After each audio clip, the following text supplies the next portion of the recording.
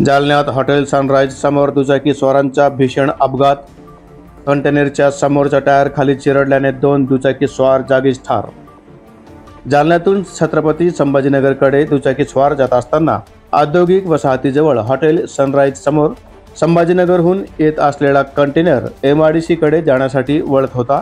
एवढ्यात भरधाव दुचाकी क्रमांक MH20 FV1215 कंटेनरवर धडकल्याने 2 जणांचा जागीच मृत्यू झाल्याची घटना दिनांक 28 मंगळवार रोजी रात्री 9:30 वाजेच्या सुमारास घडली।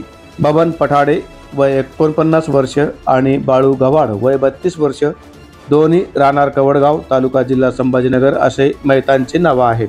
घटनेची माहिती मिळताच चंदनजिरा पोलीस ठाण्याचे सहाय्यक पोलीस निरीक्षक वेताळ आणि हेड कॉन्स्टेबल देशमुख हे घटनास्थळी दाखल झाले।